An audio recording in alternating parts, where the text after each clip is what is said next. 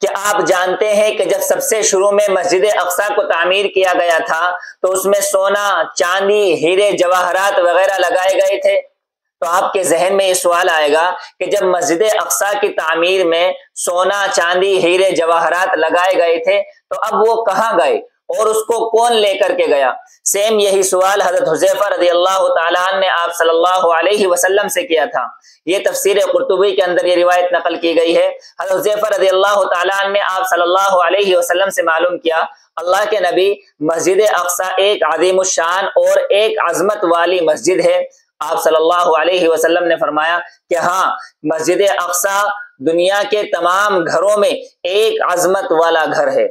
جس کو اللہ تبارک و تعالیٰ نے حضرت سلیمان علیہ السلام کے ذریعے سونا، چاندی، ہیرے، جواہرات کے ذریعے بنوایا تھا۔ وہ اس طرح کہ جب حضرت سلیمان علیہ السلام نے مسجد اقصی کی تعمیر شروع کی تو اللہ تبارک و تعالیٰ نے جنات کو حضرت سلیمان علیہ السلام کے تابع کر دیا، تو جنات سونا، چاندی، ہیرے، جواہرات وغیرہ اکٹھا کر کے لاتے اور مسجد اقصی میں لگاتے۔ حضرت حذیفہ رضی اللہ تعالیٰ عنہ نے آپ صلی اللہ علیہ وسلم سے معلوم کیا، اللہ کے نبی، جب اتنا سونا، چاندی اور ہیرے جواہرات مسجد اقصی میں لگائے گئے تھے تو اب وہ کہاں ہیں؟ ان کو کون لے کر کے گیا؟ تو اللہ کے نبی صلی اللہ علیہ وسلم نے ارشاد فرمایا کہ جب بنی اسرائیل نے اللہ تبارک و تعالیٰ کی نافرمانی کی، اللہ تبارک و تعالیٰ کے احکامات کو روندا، اللہ تبارک و تعالیٰ کے احکامات کو پس پش ڈالا اور رسول کی نافرمانیاں کی اور رسولوں کو قتل کیا اور طرح طرح کے گناہ کے اندر ملوث ہوئے، تو اللہ تبارک و تعالیٰ نے ان کو عذاب دینے کے لیے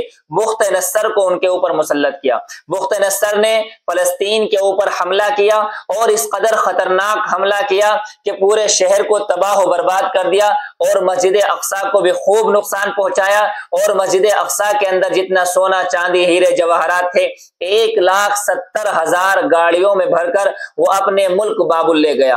اور ان کے مردوں کو قتل کیا، عورتوں کو اور بچوں کو غلام بنایا، ان کو غلام بنا کر واپس اپنے ملک بابل لے گیا، وہاں ان کو طرح طرح کی تکلیفیں دی اور ذلت کے ساتھ ان کو خدمت لیتا رہا، اور تقریباً 100 سال یہ اس کی غلامانہ زندگی بسر کرتے رہے۔ یعنی بنی اسرائیل بابل میں بخت نصر کی ماتحتی میں 100 سال یہ غلامانہ زندگی بے عزتی کے ساتھ بسر کرتے رہے، ان کو تکلیف دی جاتی رہی اور ان کی بے عزتی کی جاتی رہی۔ پھر اللہ تبارک و تعالیٰ نے بنو اسرائیل پر اپنا رحم کیا تو فارس کے ایک بادشاہ کو بخت نصر کے مقابلے میں کھڑا کیا، اس نے بخت نصر کو شکست دی اور بنو اسرائیل کو وہاں سے آزاد کرا کر کے واپس فلسطین میں بسایا، اور جتنا سونا، چاندی، ہیرے، جواہرات بخت نصر بھر کر کے لے گیا تھا واپس 1,70,000 گاڑیوں میں رکھ کر کے فلسطین لایا گیا اور اس کو مسجد اقصی کے اندر رکھ دیا گیا۔ اب آپ کے دماغ میں پھر وہی سوال آئے گا کہ جب مسجد اقصی میں سونا، چاندی واپس آ گیا تھا